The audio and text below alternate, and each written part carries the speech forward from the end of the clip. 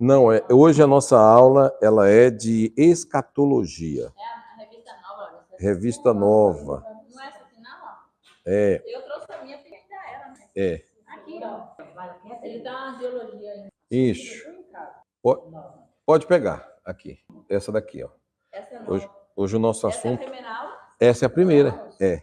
Vai começar No índice. Quero convidar vocês aqui para abrir o índice. Na introdução, ó, índice, no sumário, e vamos agora ver o conteúdo que nós iremos estudar nesse período, né? Qual é o conteúdo desta disciplina, tá bom? Então, qual é o conteúdo dessa matéria de escatologia? Bom, nessa nova disciplina, nós iremos estudar o que significa, primeiro, escatologia. Tá bom? Depois vamos estudar o que significa as 7 dispensações.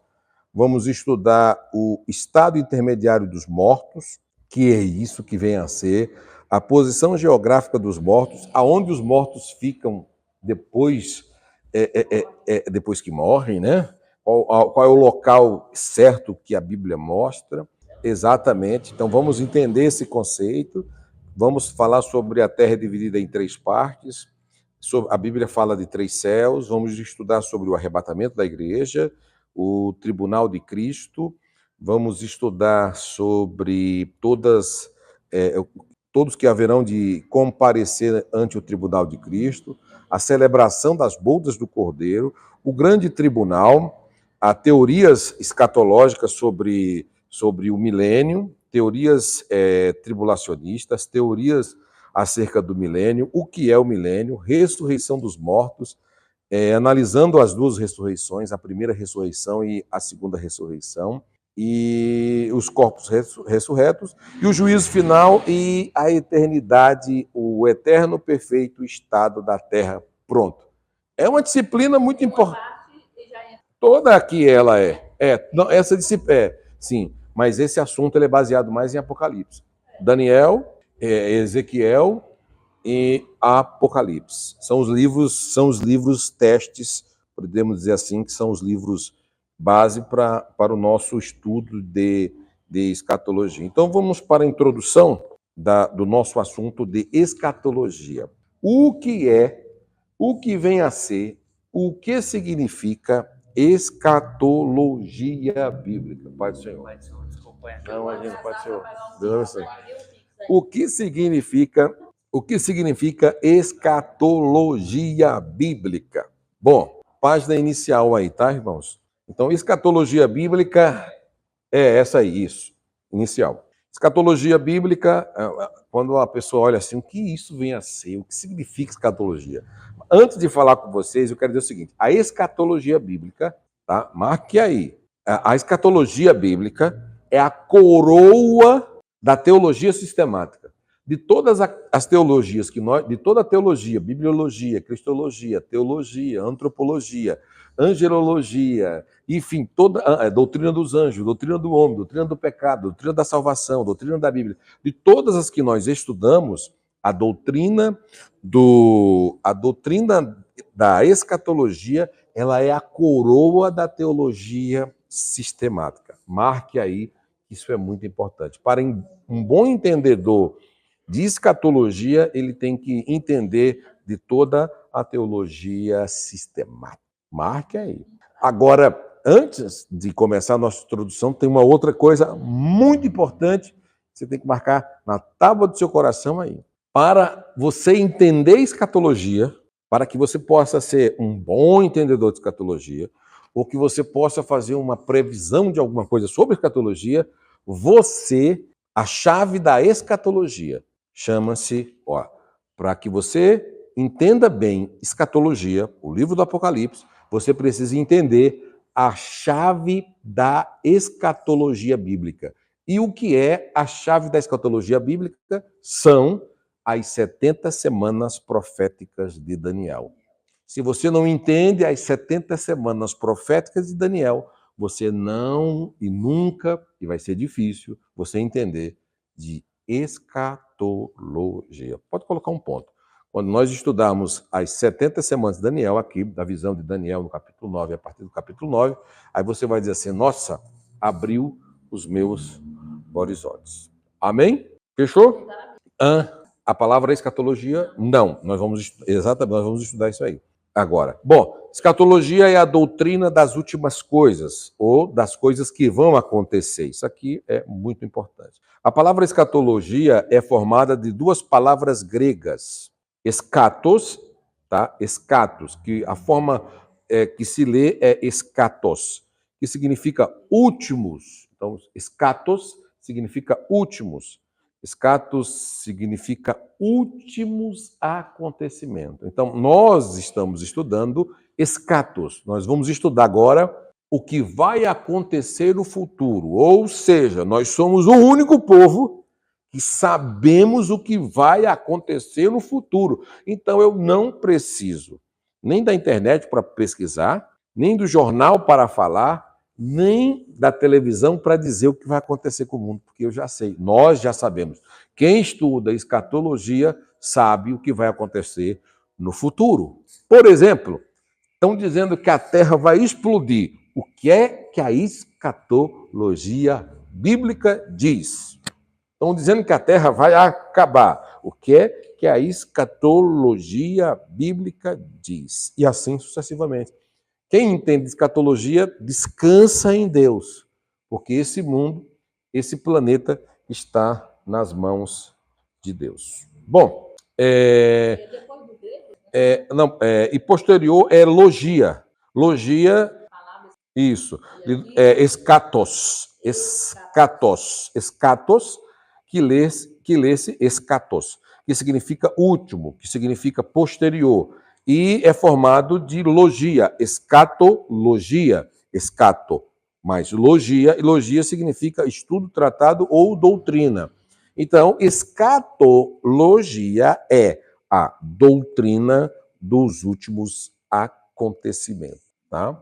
Embora a palavra escatologia não apareça na Bíblia, como a senhora mencionou anteriormente, ela é bastante usada nos estudos teológicos. Por exemplo, as Escrituras usam as expressões como os últimos dias, em Isaías 2:2 e Malaquias 4:1, os últimos tempos, 1 Pedro 1:20, e a última hora, em 1 João 2:18. E com base nestas expressões, por exemplo, o termo escatologia foi tomado para distinguir o estudo dos acontecimentos finais no plano de Deus para este mundo. Então, escatologia é o estudo para os tempos finais nos planos de Deus, ou seja, tudo conforme Deus estabeleceu e prometeu que iria acontecer. Tudo bem aí? Paz. Não. Tá bom?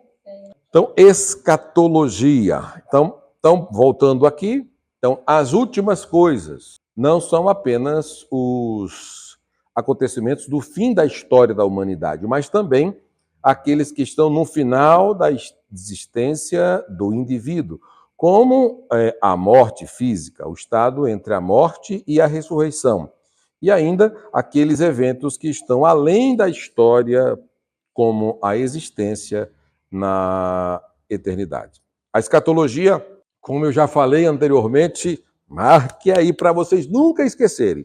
A escatologia é a coroa da teologia sistemática. Ela deve dar uma resposta às questões deixadas em abertas aos outros capítulos que nós estudamos das 10 disciplinas anteriores. Então, quando nós estudamos bibliologia, quando nós estudamos cristologia, quando nós estudamos teontologia, quando nós estudamos cristologia, quando nós estudamos pneumatologia, quando nós estudamos a doutrina do homem, quando nós estudamos a doutrina do pecado, a doutrina da salvação, quando nós estudamos angelologia e quando nós estudamos escatologia, e essas disciplinas, ela é a coroa da teologia sistemática. Então, se essas disciplinas não nos deram uma resposta, essa tem que dar, sabe? Agora, a grande questão, irmão André, é você se aprofundar em cada um, mas a escatologia, ela vai, por exemplo, nós estudamos sobre anjos. Você vai ver que de angelologia para escatologia, você vai ver que nós vamos tratar muito sobre anjos. Muitas respostas que não são dadas em angelologias, você vai complementar em escatologia. Por isso que o conceito tem que ser sistemático, a forma de aprendizado sistemático, sabe? Porque quando você une tudo, você vai ver que a Bíblia ela é muito una, é muito perfeita o sincronismo que há entre Bíblia, entre o que há entre o primeiro livro da Bíblia e o último livro da Bíblia. É excepcional, tá? Então, escatologia, por exemplo, este estudo mostra Deus sendo final e perfeitamente glorificado na sua obra, na obra de suas mãos. Mostra a obra de Cristo sendo coroado com uma vitória perfeita, revela o Espírito Santo efetivando com a completa santificação do povo de Deus. Olha só, lembra quando nós estudamos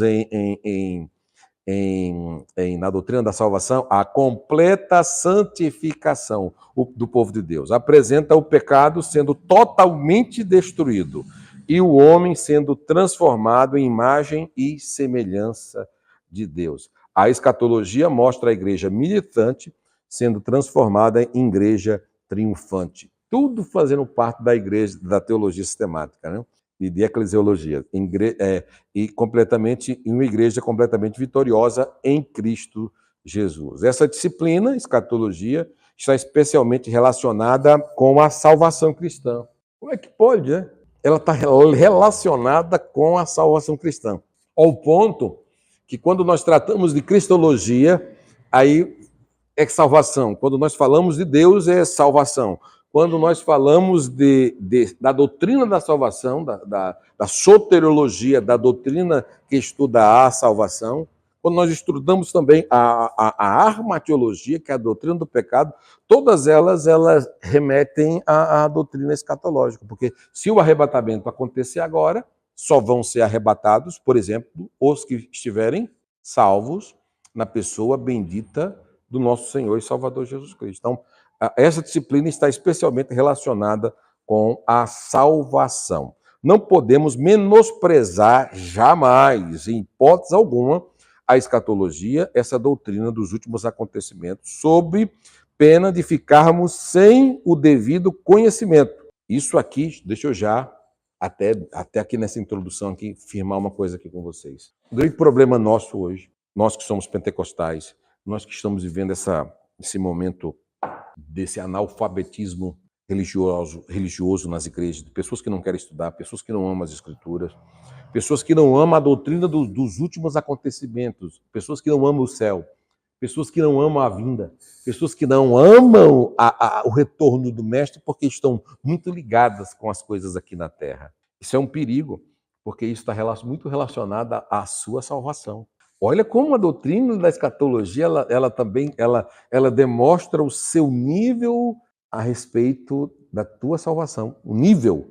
Porque quanto mais desejo você tem de ir para o céu, mais demonstra que você está desligado aqui da terra. E demonstra que você tem mais comunhão com Deus. E quanto mais comunhão você tem com Deus, mais perto dele você quer estar.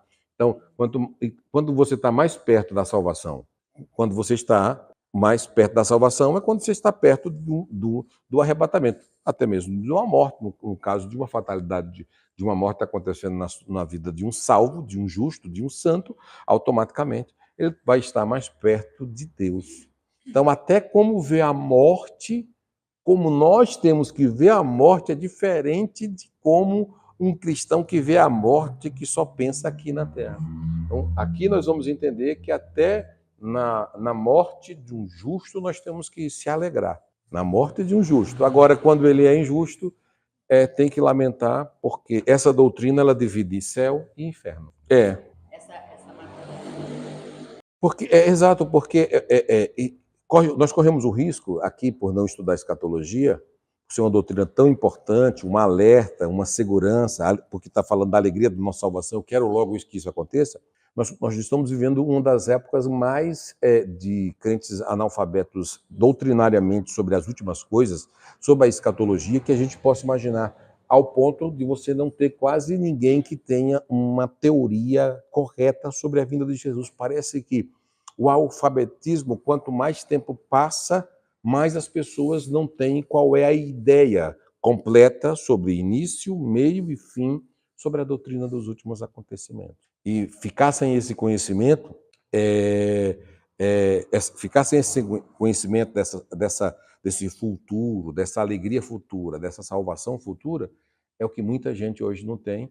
E a minha oração e o meu pedido é que nós venhamos a falar mais sobre a doutrina dos últimos dias. Pode falar. Mas eu sou Não tem a doutrina que a gente tem no conhecimento. São cristocêntricos, né? É. E tem uns que nem falam de salvação, né? É, exatamente. Não é, eles são egocêntricos, aonde o homem é o centro das atenções, não cristocêntrico, aonde Cristo, a salvação em Cristo é o centro. Então isso se torna um problema, ao ponto que as pessoas também nem querem, né? Quando você, dependendo do público que você for, o público ele é tão ensinado na prosperidade, é ensinado em outros conceitos bíblicos que não se ensina a doutrina dos últimos acontecimentos. Quando você fala assim, quem quer ir morar no céu? Dependendo de onde você falar, tem pessoas que não vai levantar, porque que céu que é? É o céu de quê? Para quê? Por quê? Por que sair do céu daqui? Por falta de ensinar, por falta da cultura bíblica sobre a doutrina dos últimos acontecimentos. Então, por falta de conhecimento. Ao ponto, esses dias eu dei uma aula aí, não sei se eu falei aqui com vocês, mas eu falei exatamente sobre o conceito da ceia. Nós falamos sobre ceia aqui, não falamos? Eu falei aqui também, então. Eu falei sobre a ideia da ceia, sobre o conceito da ceia. Se você não... Por que eu ceio? É um símbolo, e quando eu participo, é um memorial da morte de Cristo e do sofrimento. Então, o que é que tem que vir na minha memória? Memória de memorial. Sofrimento, morte, angústia, martírio, sangue vertido no Calvário, cruz. Então, a ceia é isso. Então, ela tem que mexer com o meu âmago da minha alma. Porque é um memorial. Eu volto a 2000 anos atrás. É como se o ato de 2000 anos atrás estivesse acontecendo agora na minha vida. A memória. Então não tem como não me machucar. Não me machucar. Não tem como eu não chorar, sentir, só se eu não... Agora, quando eu não sei o sofrimento de Cristo, quando eu não entendo o sofrimento de Cristo, quando eu não tenho noção do que é sofrimento de Cristo, como eu participo de uma ceia, sem noção. Tal a importância de você entender a doutrina. Por que eu voltei na ceia? Porque a escatologia é no futuro. Se eu falo sobre o céu, então os nossos púlpitos têm que falar mais sobre o céu para que as pessoas entendam sobre o céu e a vontade de ir para o céu seja através das pregações ministradas na igreja. Porque se você for ouvir no rádio, você não vai ouvir. Se você for ouvir na TV, você não vai ouvir. E as igrejas não estão mais pregando sobre a vinda de Jesus. Então, se pregaram, me falem aí qual foi o dia que você ouviu nos últimos anos. Exato, então, obrigado. Porque se eu vejo, obrigado, se eu entendo na minha corrida de fé, se eu entendo na minha corrida da coroa que eu vou receber, eu estou correndo com um propósito. Se eu olhar para trás, é muita luta. O tanto que eu já corri, o tanto que eu já sofri, o tanto que eu já... para poder estar até aqui. Então, o meu alvo é Cristo, é a coroa. Então, eu sei que eu tenho que olhar para Cristo. Então, eu tenho que olhar e saber que o meu futuro é céu. Mas que céu é esse que nós vamos estar estudando aqui? É um céu de glória, é um céu de louvor, onde habita Deus, onde habita a eternidade, onde o meu corpo não estará sujeito às leis físicas, nem às leis da natureza, onde o meu corpo não está sujeito à morte, nem ao pecado, onde eu estarei revestido de uma incorruptibilidade, não sujeito às leis físicas, nem às leis da natureza. Então, é um outro mundo a qual aqueles que receberam a salvação tem que estar no despertar do coração da pessoa. Então, se não se fala de céu, então eu perdo essa essência. Por isso que a igreja, por isso que muitas pessoas hoje me falam, por que que a igreja hoje esfriou tanto em relação aos inícios dos anos? Olha o que se pregava e olha o que se prega. Eu já falei várias vezes aqui nas nossas aulas, os nossos púlpitos falham com a mensagem que é ministrada, aquilo que se fala é o que o povo acredita e é o que acontece no meio do povo. Se você fala de salvação, acontece salvação. Se você fala de milagre, a Bíblia ela é repleta para tudo. E se você fala de arrebatamento, você vai ter um povo totalmente avivado de coração, sabendo que não pode se apegar com as coisas desse mundo. Você tem que fazer tudo, mas você sabe que a qualquer hora e a qualquer momento a trombeta vai tocar. Essa é a ideia dessa doutrina e a tese que nós temos que mais acreditar e nos dá esperança. E Paulo ainda orienta: alegre os seus irmãos com essa notícia. Quando alguém estiver triste, abatido, chateado, fala assim, ó, fica tranquilo, isso vai passar. Já já nós vamos estar no céu. Olha que nós, entendeu? Então nós estamos nós estamos tanto aqui, enraizado aqui. Se você dizer assim, ô irmã, essa luta tá boa dessa semana, tá maravilhosa, fica tranquila, maravilhoso. O céu já já Jesus, eu quero alegrar o teu coração. Nós vamos morar no céu. No céu não vai ter nada disso, não vai ter assalto, não vai ter bandido, não vai ter nada. Hã? Por gentileza. Realmente falar no aniversário. Isso é outro problema. Falar de salvação fala muito da ênfase. Não. Não. ênfase não, ele não tem nem que ser dado ênfase, tem que ensinar o povo a salvação. Agora, você conhece ele para combater, mas a doutrina é que parece-me que a Bíblia tem tão pouco. Na realidade, quando você pega os 66 livros da Bíblia, tem tão pouco a ação de Satanás. Tem nela toda, tá? Do Gênesis ao Apocalipse. Você vai ver até no Apocalipse. Mas você vê que tem tanta beleza, tanta beleza. Isso é falta. Olha, irmã Nícia, eu vou falar uma coisa para a senhora.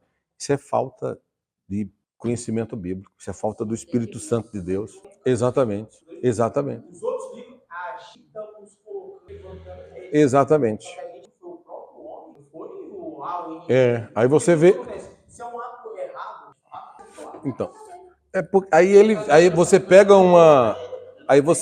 uma muleta, aí diz o seguinte, aí arranja um culpado, porque tem pessoas que é isso. Tem que ter um culpado, né? Quem é o culpado do seu problema? O diabo. Quem é o culpado que aconteceu isso na tua vida? O diabo. Por que você está enfermo? É o diabo. Por que você está em pecado? É o diabo. Por que você parou de ter pecado? Por que você está bebendo? É o diabo. Por que você fez isso? Porque é o diabo.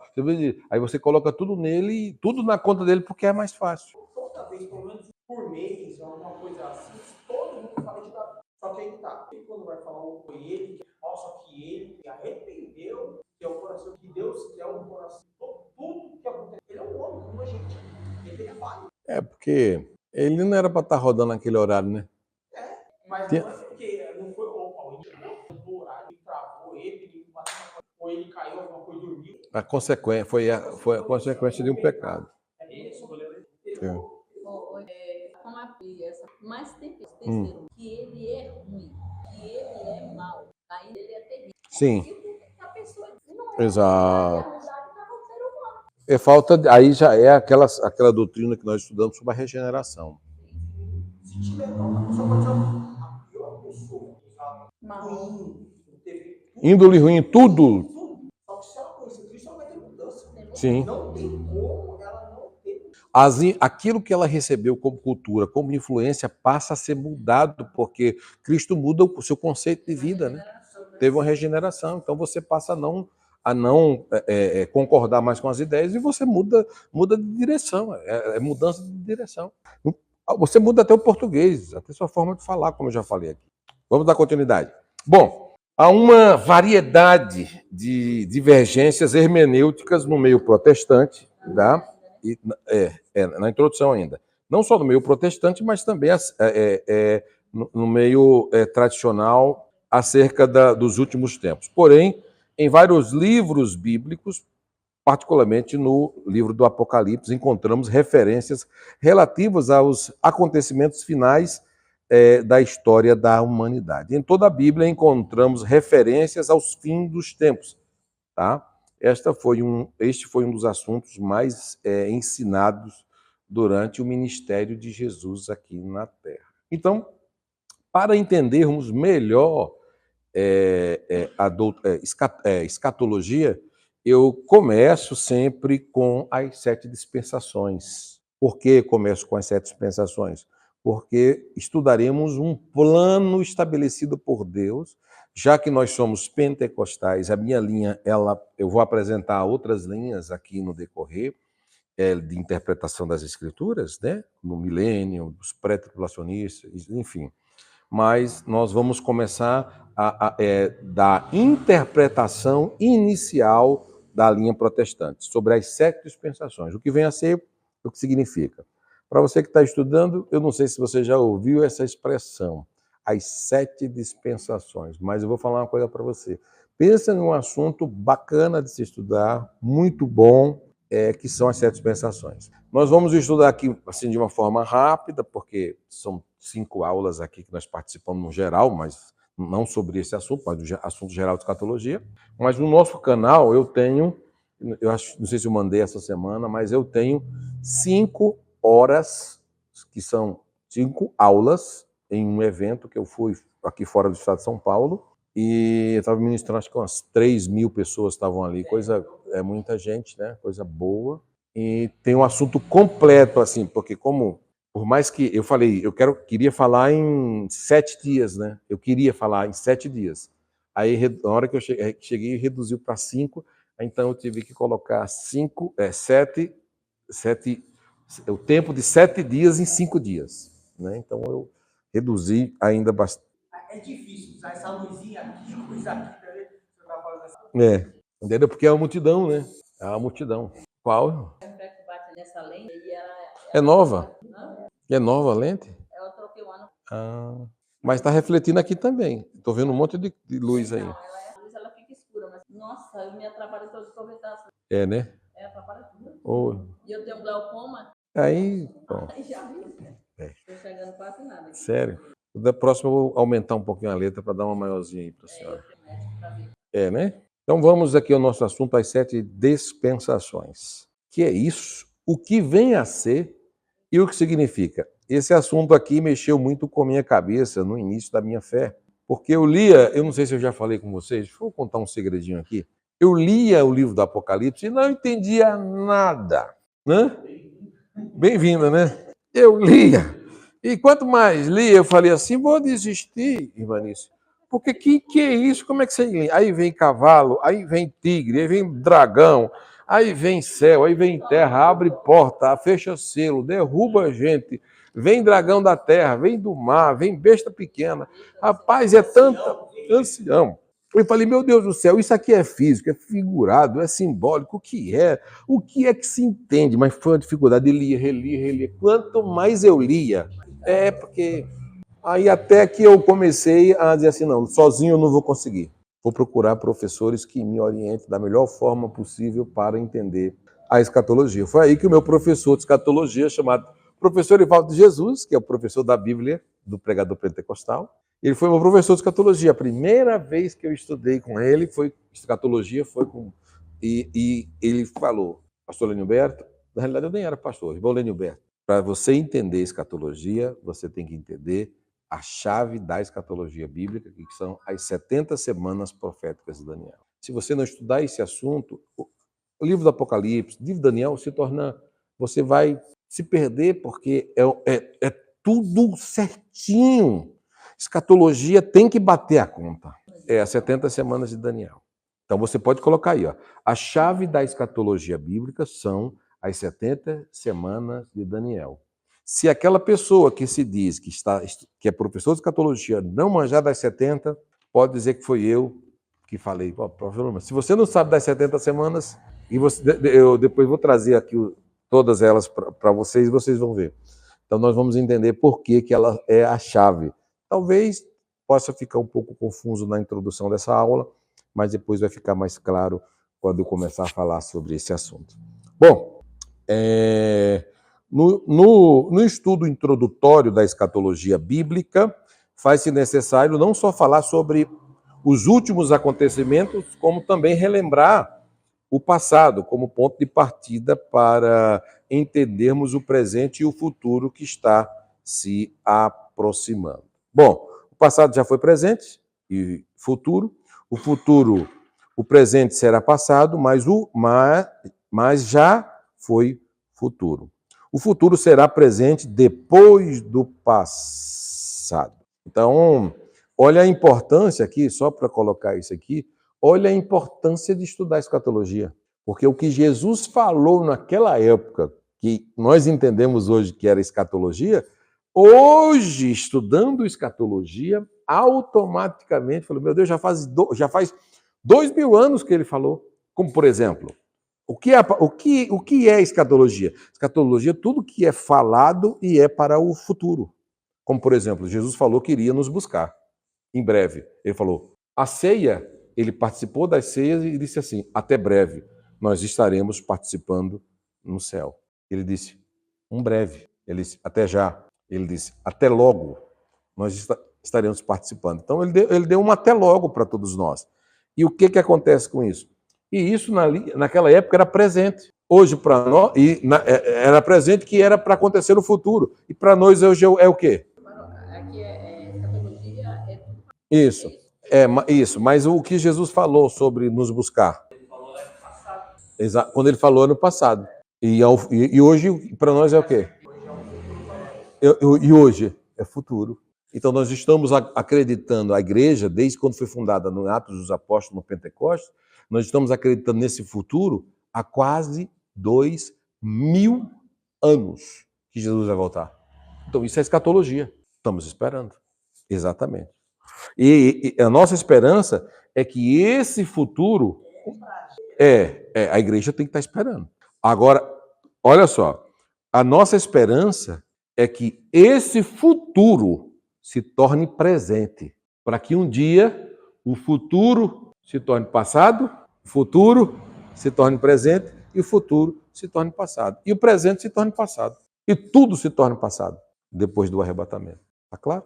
Porque o passado já foi presente e futuro. O presente será passado, mas o futuro, que é a vinda de Jesus, um dia será passado quando ele voltar. E eu quero que ele venha, Maranata. Na próxima revelação bíblica da escatologia foi dita pelo apóstolo João na ilha chamada de Pátimo, no mar Egeu, quando ele escreveu o livro da revelação, ou seja, o livro do Apocalipse. Olha o que diz Apocalipse 1, olha o que diz Apocalipse 1:19, tá? Escreve as coisas que viste, passado, marca aí, e as que são, presente, e as que depois dessas hão de acontecer, futuro. Ou seja, passado, presente e futuro. Pode marcar aí. Então, vou ler mais uma vez. Escreve as coisas que vistes, passado, e as que hão, e as que são, presente, e as que depois dessas hão de acontecer, futuro. Apocalipse 1:19. Marque aí, porque isso é presente, isso é passado, presente e futuro. Ele já passou. Exatamente. Até quando Cristo estava... Exatamente. Porque ele teve essa visão de ver Cristo antes. João, marque aí. Marque só para você. Isso aqui, João, é um João que teve a honra de ver Cristo de 3 formas. Aqui, ó. Não, eu tô comentando assim. Ele viu ele no passado, ele viu ele no presente e ele viu ele no futuro com o corpo glorificado. Ele viu Jesus físico, ele viu Jesus glorificado e viu Jesus no Apocalipse no futuro. Em 3 formas. Aqui, ó. Que é sensacional. O João de Pátimo. Inclusive, quando abrimos a Apocalipse 1, quer ver? Pedro, João e Tiago, a gente está vendo que viu também no passado e no presente, no ato de glorificado. Isso, um Cristo glorificado. Ele viu ele físico, viu ele um corpo glorificado e viu ressuscitado e viu um Cristo glorificado, um corpo de glória. É os 3 corpos que ele viu. João, se não me falha a memória, é o único que teve essa revelação do glorificado. Sim, mas aí não sim. Mas aí Moisés, quem é outro? Eu estou falando de 3 vezes, né? Sim. Sim, mas na questão do que eu estou comentando de ti, é só de João mesmo. Os outros viram glorificado, mas não na mesma essência de João. João, por exemplo, Elias não viu físico, mas Moisés não viu físico. Sim, mas o meu foco não está nesse assunto, é isso que eu estou querendo dizer. Meu foco está, por exemplo, no João, que viu ele no corpo de três formas: física, um corpo ressuscitado e um corpo glorificado. E um corpo que ele já estava no céu, não estava aqui, que são passado, presente e futuro. Aqui, ó. Agora, olha só, olha só Apocalipse primeiro, dando só continuidade, só aproveitando esse texto que eu li. Aqui é Apocalipse primeiro 19, certo? Agora, quando você lê o primeiro, o que é que diz? Olha só.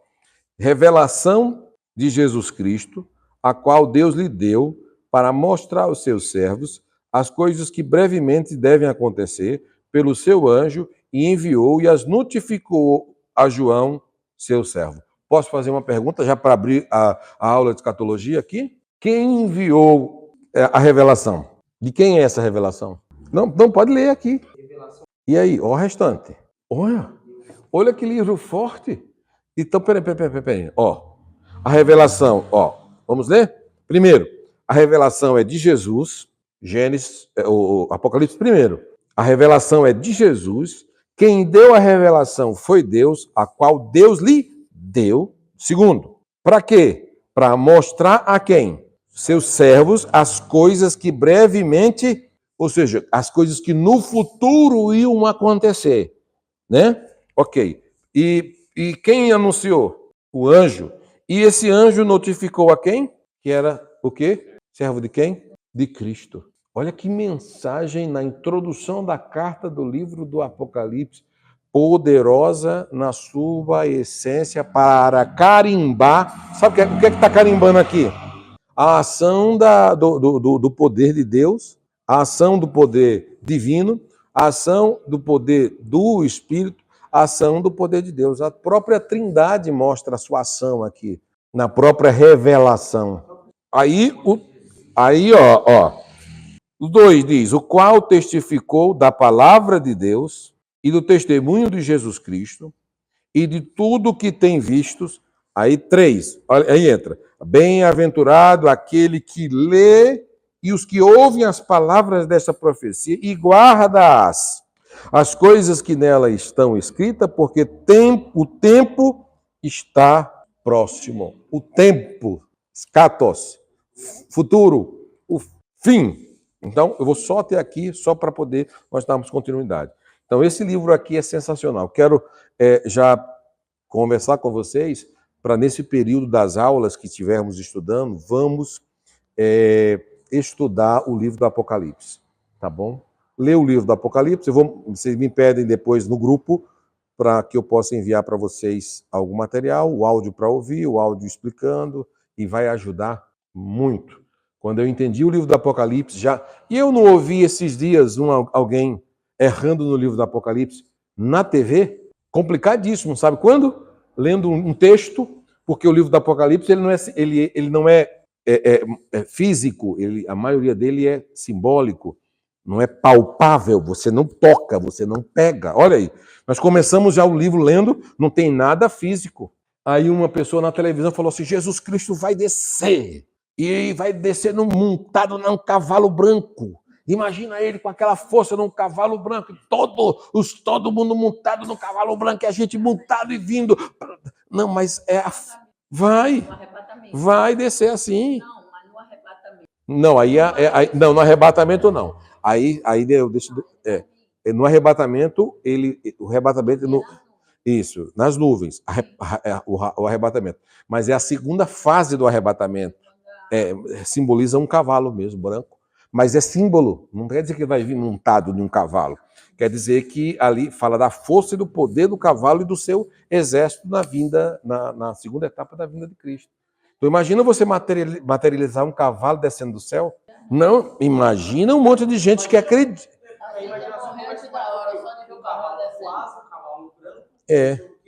Começa a imaginar um cavalo totalmente modificado. Aí teria que ter esse que é errado. Exato. Porque cavalo, para carregar quem está em cima, precisa de asa, né? Aí já vem para a mitologia grega. Sim, aí. Não, vai falar que os anjos... Vai dar o nome velho. Pegasus. O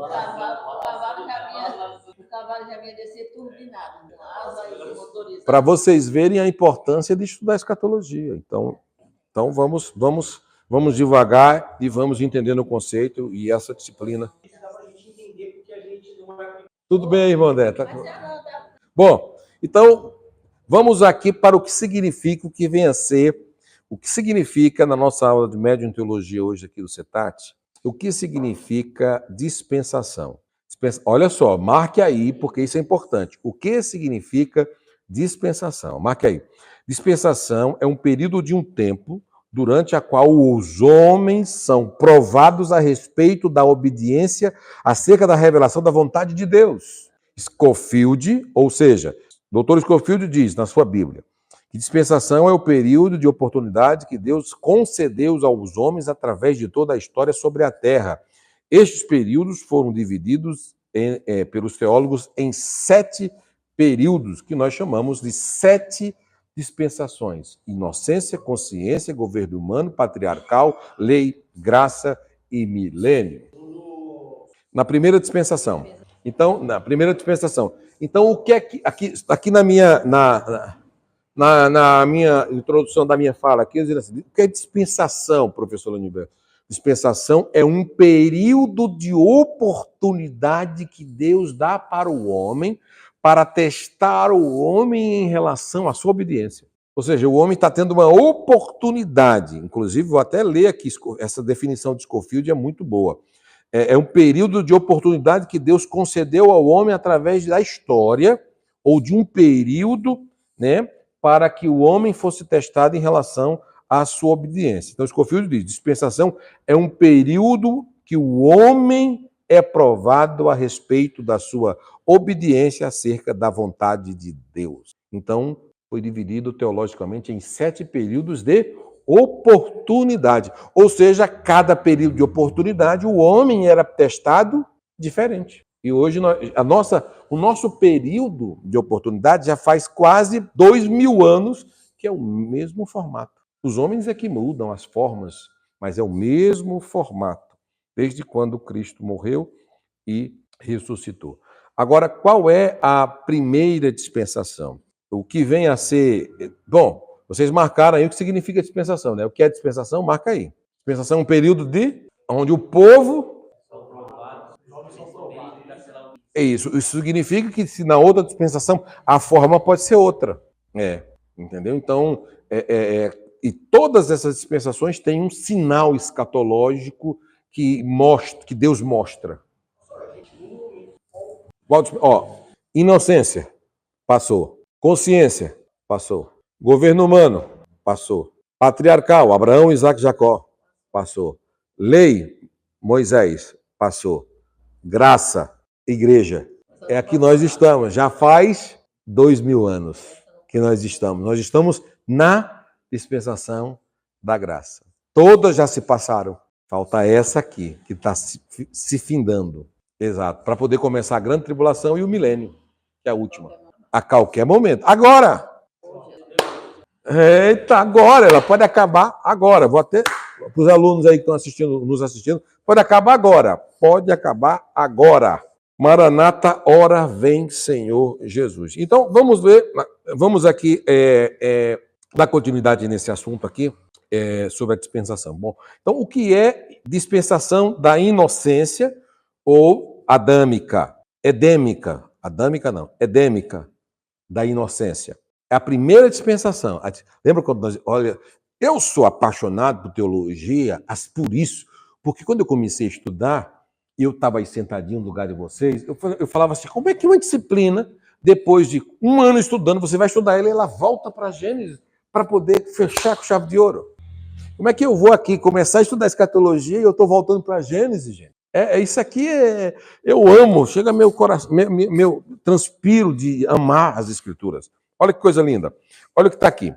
Essa dispensação, a dispensação da inocência, durou cerca durou da criação do homem, em Gênesis 2:7, até a sua consequente expulsão do jardim, em Gênesis 3:27. Neste período, o homem viveu feliz no paraíso, em um estado de E o que é inocência, Senhor? O que é inocência, senhores? O que é inocência? Inocência é eu não distinguir entre uma mão esquerda e uma mão direita. A inocência porque não existia pecado. Inocência porque o homem era perfeito no Éden. Isso começou no Jardim do Éden. A inocência.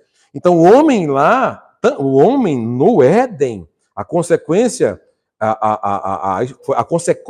do pecado de Adão e Eva foi o quê? Foram expulsos do jardim, a expulsão do Jardim do Éden, em Gênesis 3:24. Neste período, o homem vivia feliz, né, nessa dispensação.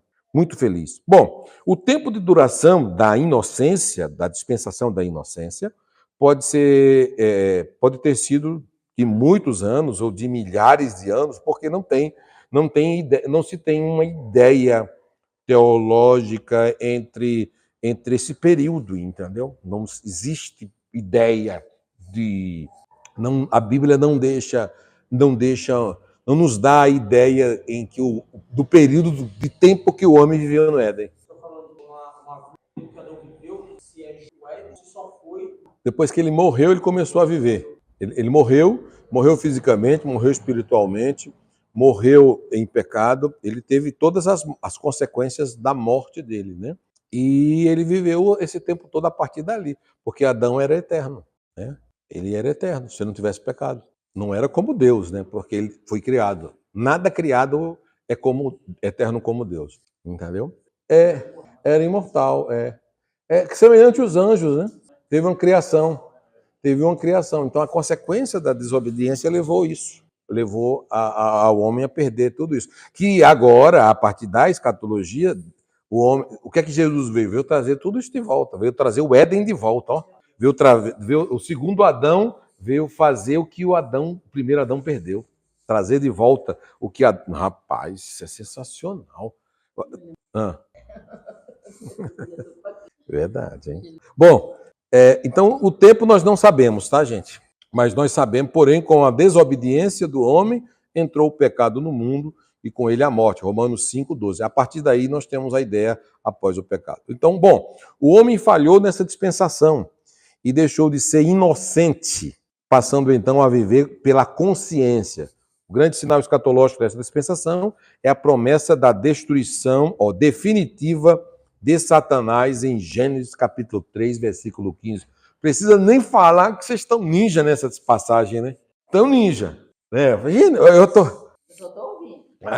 Eu vou ser sincero para você. Quando nós estudamos antropologia aqui, foi algo assim libertador, quando nós pegamos a passagem de Gênesis e destrinchamos essa promessa definitiva de Gênesis capítulo 3, que Deus já estabelece o Salvador, estabelece a destruição e a derrota de Satanás na cruz. Por isso que a partir desse texto, Gênesis 3, capítulo 15, nunca mais, meu irmão, teve paz na terra. Porque o diabo, a partir daí, faz todo mundo pecar. Destrói, guerra.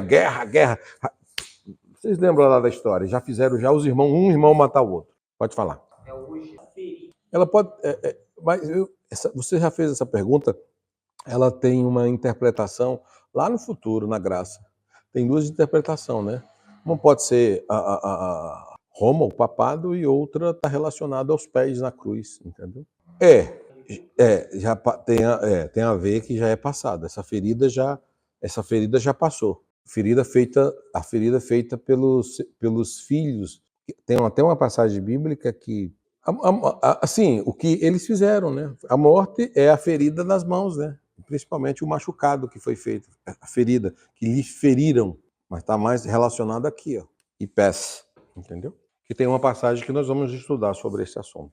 Só que aí tem outros assuntos escatológicos. Se eu pegar aqui na primeira, eu trago o futuro muito para o presente, muito rápido, irmão.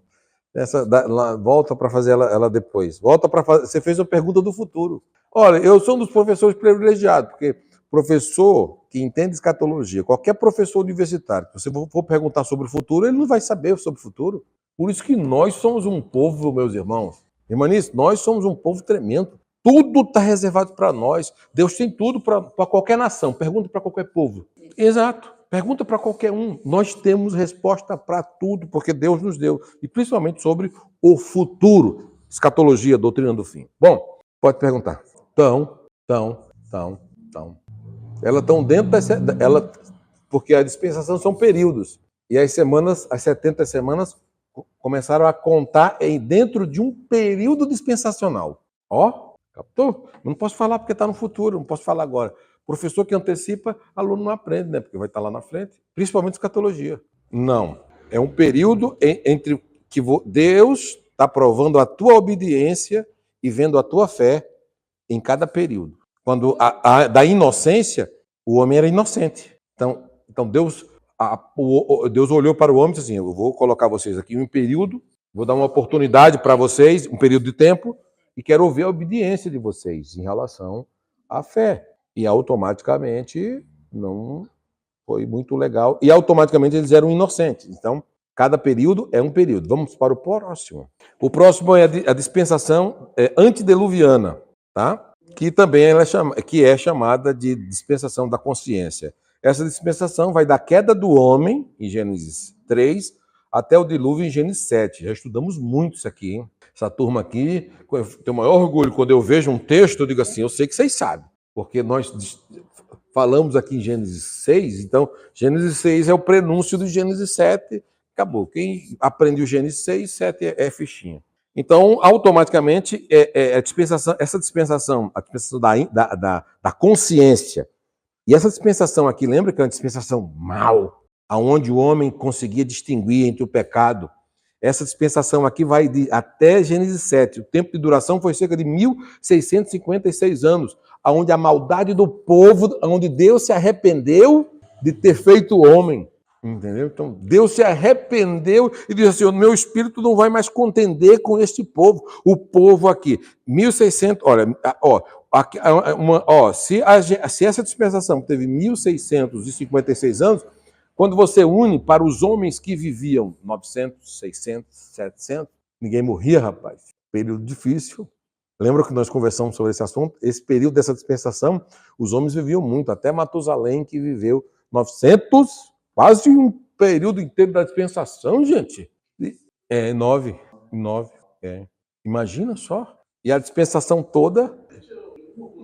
Entendeu? Então, exato. Não, na realidade é o seguinte, as gerações de descendentes era a 10ª. De pessoas e filhos gerando filho, era a 10ª. Mas aqui tinha pessoas que ainda se encontraram e estavam vivos. Os netos, os bisnetos, estavam tudo aí, era tudo descendente. Por isso que houve a junção que Deus destrói, que nós conversamos em Gênesis 6, que foi uma outra aula. Aí, para entender isso aqui, só... Quando está chegando 100 anos, sim. É considerado velho. Então a gente imagina que dentro de todo mundo está abaixo, que era o normal. Sim. Então é muita gente. E eram duas descendências. Nessa época aqui, eram duas descendências. Na dispensação da consciência, aqui existia eu vou falar aqui, esse período dispensacional foi um período em que, quando você lê Gênesis 6, você vê uma forma, a segunda vez que Deus fala, o meu espírito não contenderá contra esse povo, você vê Deus se arrepender, falar várias vezes, e Deus, a partir do pecado do povo, e o povo pecava continuamente, as duas descendentes, os cainitas e os setitas, ao ponto das descendências se misturarem e ficarem iguais. Os do bem e os do mal.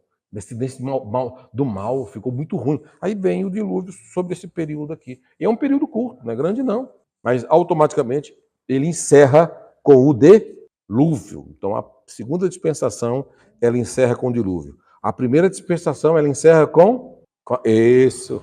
A primeira dispensação encerra com a queda do homem. A segunda dispensação encerra com... Posso falar uma coisa para você, só para você, André? Parece que a primeira dispensação, ela termina com juízo, né?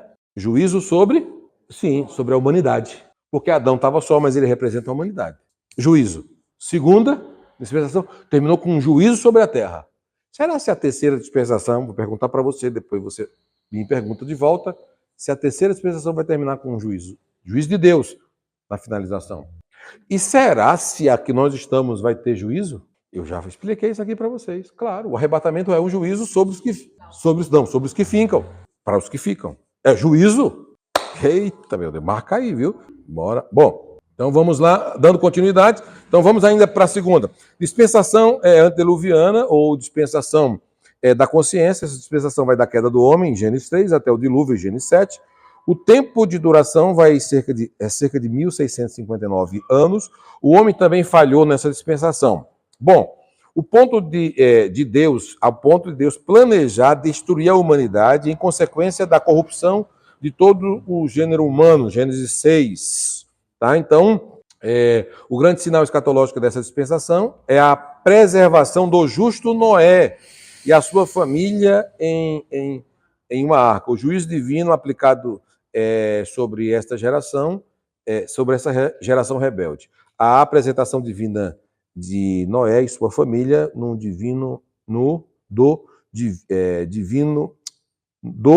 dilúvio, né? Estou lendo divino, do dilúvio, são símbolos do arrebatamento da igreja. Espera ainda. Então, olha que coisa, olha que interessante essa segunda dispensação e o juízo de Deus. Por mais que houve um juízo, sempre tem algo chamado remanescente. Tem gente que não se dobra. Sempre, aqui você vai ler, numa segunda dispensação, em Gênesis 6, nós vamos ler a Bíblia dizendo que exatamente, Moisés escrevendo, Noé era um homem que andava com Deus. Noé andava num período desse. Noé andava com Deus. Então, a preservação divina de Noé e sua família é um símbolo do arrebatamento da igreja. Tá bom? Ou seja, eu até expliquei, não sei se já expliquei aqui, a arca dentro, ela simboliza a igreja, os salvos. A porta simboliza Cristo. Quem passa pela porta da arca e permanece dentro da igreja será salvo dos horrores que aconteceu no dilúvio aqui, né, de Gênesis 7, mas para nós, na dispensação da graça, simboliza o arrebatamento e permanecer fiel até o fim, participando de uma igreja e do corpo de Cristo. Tá? Pode perguntar, irmão. Sim, porque nesse período dispensacional aqui, teve pregadores como Enoque, que foi arrebatado. Inclusive foi nesse período de podridão que nós encontramos o primeiro arrebatamento no Antigo Testamento. Foi transladado ao céu, Enoque. Transladado ao céu. Não dá, rapaz. Por isso que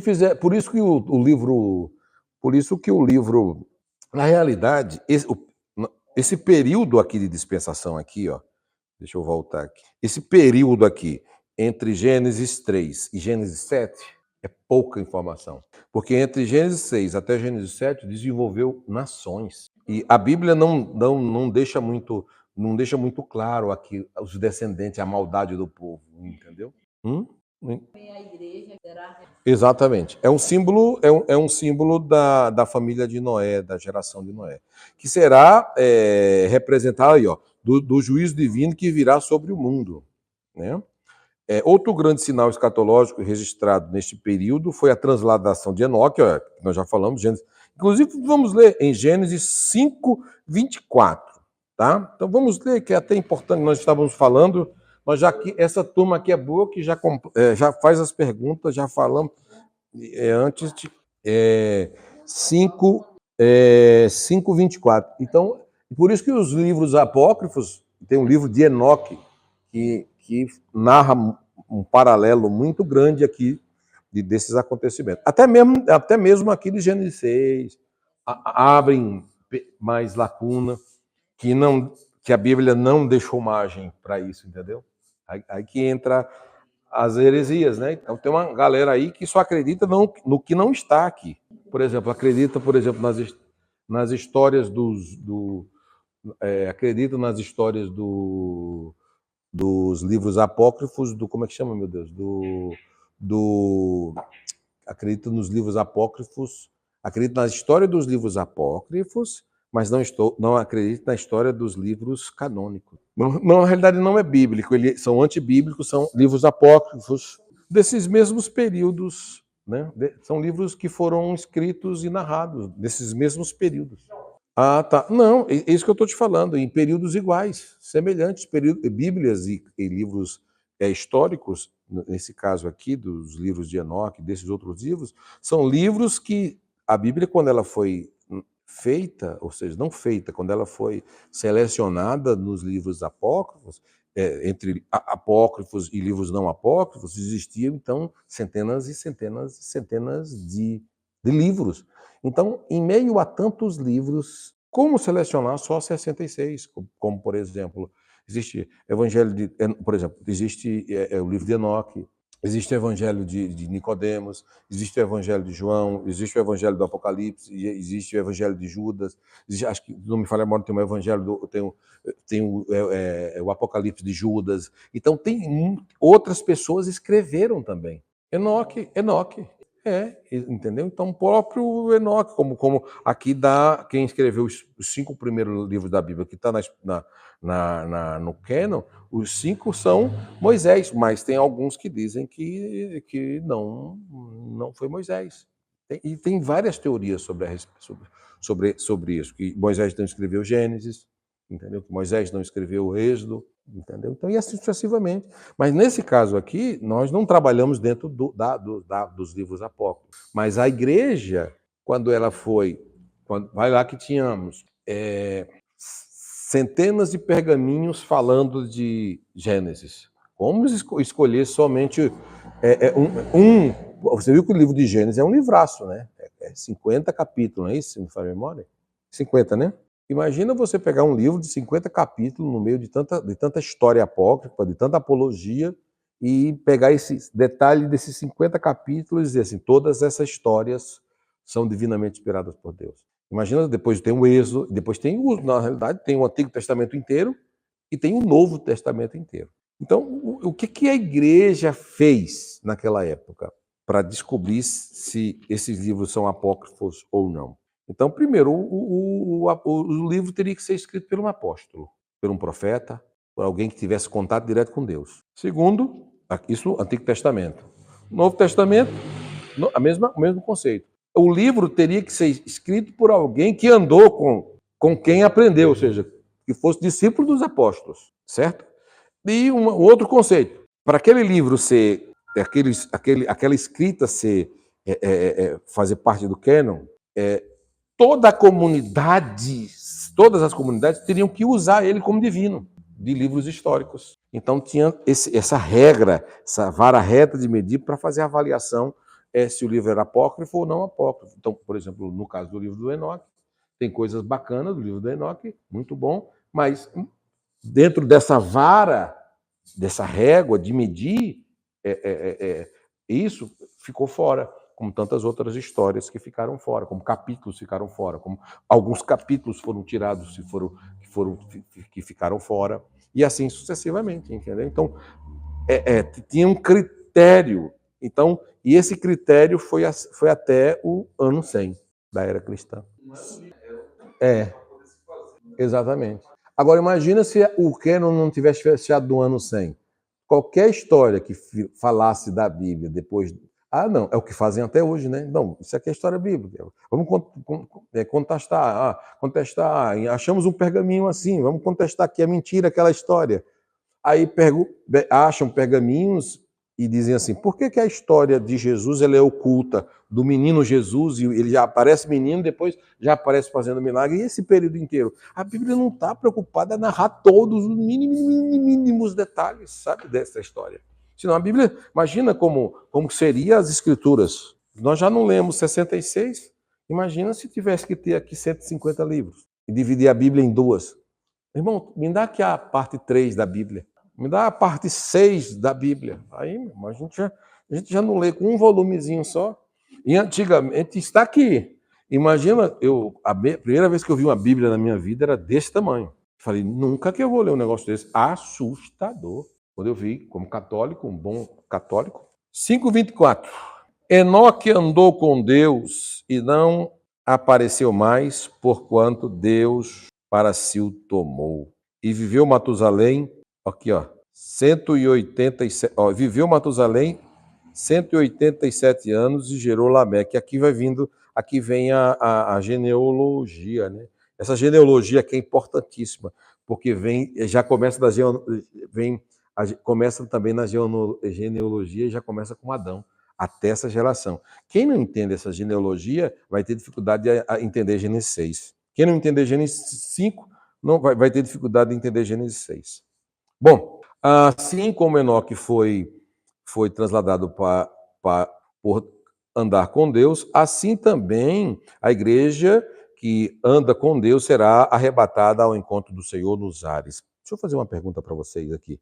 A minha pergunta é para encerrar essa, para ir para a próxima dispensação. Posso ler? Quando eu leio Gênesis, agora vocês respondem. Mesmo período, viveram em mesma época, Enoque e Ló. Tá? Ló não, Noé. Gênesis 6, 8. Noé, porém, achou graça aos olhos do Senhor. 9. Estas são as gerações de Noé. Noé era um homem justo e perfeito em suas gerações. Noé andava com Deus. Noé gerou 3 filhos, Sem, Cã e Jafé. A minha pergunta para os senhores é, por que Noé não foi arrebatado também com Enoque? Cara, meu irmão, na época dessa aqui, Deus dizer, é perfeito. Porque essa expressão aqui eu só vi, sabe quem? Em Jó. Justo, temente a Deus, que se desvia do mal. Perfeito. Perfeito. É. Sim. Mas ele não tem nada a ver com Adão, porque na realidade o perfeito de Adão é uma perfeição, porque aqui já é geração. Adão é único em relação à sua perfeição, porque é óbvio. Esse outro período novo, que é um homem Sim. perfeito para aquele momento. Até ele falando de Enoque com ele. Sim. Mas por isso que essa avaliação aqui, eu acho ela mais aplausível do que a de Enoque. De mais santidade, de mais justo, de mais feedback. Deus dando feedback sobre você. Deus deu feedback para Jó. Jó pode ir lá tentar Satanás. Primeiro, justo, temente a Deus, desvio do mal e é reto. Pode ir lá. Tem qualidade. Eu assino o cheque em branco e dou para Jó gastar. Entendeu? Aqui, da mesma forma. A minha pergunta para vocês é por que esse homem também não foi arrebatado? É da mesma época. Sim. Enoque era um pregador dessa época. Noé também era um pregador dessa época. São pregadores da dispensação da consciência. Não, Noé e eles são famílias. Sim. Na genealogia aqui, vamos aqui na genealogia, volta em Gênesis 5. Gênesis 5. Vamos pegar a geração de 7, mas vamos ver aqui Enoque. Enoque não. Vamos ver agora. Metusalém.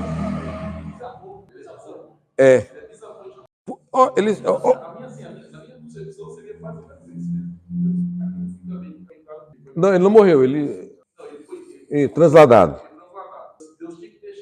Alguém justo. Sim. Precisava de uma descendência justa, de alguém justo. Sim. Parece que ele final do começo, porque você imagina que cada ação dessa, cada geração Deus deixou. Verdade. Tanto que depois vai provar que sim, nudez. E vem a maldição sobre ele, amaldiçoou o filho, né, por causa daquilo. Mas bom, mas o ponto muito bom é isso aí mesmo. Na realidade é o seguinte, porque Deus precisava de um justo só, gente. Se a gente vê aqui, depois que gerou uma sim. Se a gente pôs para baixo, era menino. Depois ele gerou Lameque com 182 anos, gerou Noé. Se a gente vê o período quando ele foi transladado, já tinha passado. Arrebatado. Se juntar um 186 até Noé, dá 369. Já tinha passado 109 anos. Não era nada para eles, né, nessa época. Mas o que acontece? Saiu um, ficou um. Aí Desse um gera 3, que na realidade é a família que foi gerada por Noé, entrar na arca. Agora, para nós irmos para a próxima dispensação, cadê? Eu só quero ler isso aqui, ó, o versículo 6 e o 14. Lê aí para encerrarmos, tá bom? É o 6 e o 14. Hoje nós vamos encerrar a aula nessa dispensação. Hoje nós vamos encerrar. Eu vou encerrar a aula hoje, que eu tenho que resolver mais cedo, depois que terminar esse assunto, que eu tenho que tratar um assunto urgente. Depois eu falo com vocês. Eu não comentei, mas eu acho que eu vou comentar. Eu não gosto de comentar, mas eu vou comentar ao encerrar, tá? Só alguma coisa. Bom, ao 14 o que diz? Fazes para ti uma arca. Oxe, Deus, na sua meu irmão, a arca ia ser construída depois de 120 anos. Ele já está dizendo aqui, ó, faz para ti. Deus já dá a promessa e diz, a arca é para ti. Ele escolhe já Noé, porque era o único justo, avalia ele, a família, exatamente. Faz a avaliação, fala assim, a tua descendência é boa, faz uma arca para ti de madeira. Exatamente, para preservar a semente boa, para poder fazer uma nova população de pessoas Exatamente. Então esse período aqui ele é muito, muito importante. Eu não vou começar a dispensação, a terceira dispensação, porque nós vamos encerrar a aula, e na próxima aula nós damos continuidade nesse assunto da terceira dispensação, aí eu concluo na próxima aula às 7, para poder ficar bem fechadinho, tá? Mas... Sim. Sim. A porta, uma oportunidade para entrar, e o pregador segura que eu vou te ajudar agora nessa interpretação. O pregador é Enoque com a sua família, que representa um líder e o povo, e o Espírito Santo representa aqui, nesse período, Matusalém. Matusalém viveu 969 anos e tinha uma profecia: quando morrerdes, isto será enviado. Quando Matusalém morreu, o dilúvio veio. E o dilúvio hoje, e Matusalém hoje para nós simboliza o Espírito Santo. Será que vai ter arrebatamento? Está provando. Exato. Se Deus é Deus, ele quiser. Exatamente. Fechou? Exatamente. E a partir daqui, e a partir desse assunto aqui, irmãos, próxima segunda-feira vamos dar continuidade. Você que está assistindo aí, próxima segunda-feira vamos dar continuidade, esteja aqui nesse mesmo horário, assistindo conosco. E se quiser aprender mais a palavra de Deus, venha estudar conosco aqui no CETAT, tá bom? Deus abençoe a todos vocês aí, em nome de Jesus. Obrigado, gente. Qualquer coisa, acesse o nosso site, viu? teologiaalcancetodos.com.br e pare de ser enganado.